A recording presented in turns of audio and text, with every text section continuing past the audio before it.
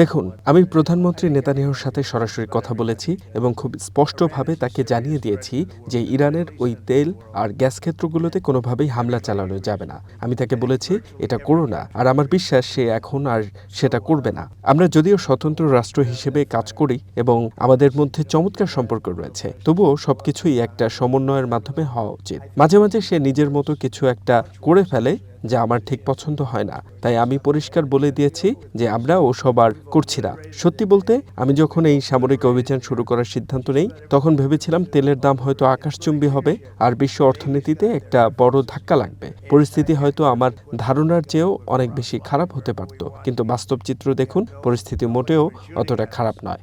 They have, I mean, and as you know, their leadership is gone.